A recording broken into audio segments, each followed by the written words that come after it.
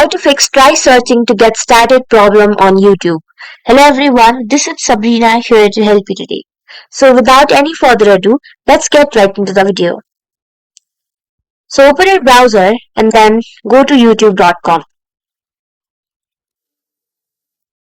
So if you are facing the problem where it says try searching to get started, here's what you can do.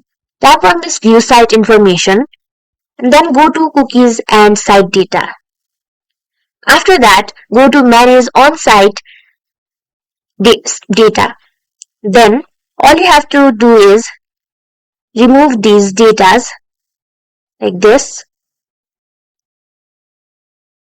and then tap on done. Now refresh your YouTube and your problem should be fixed.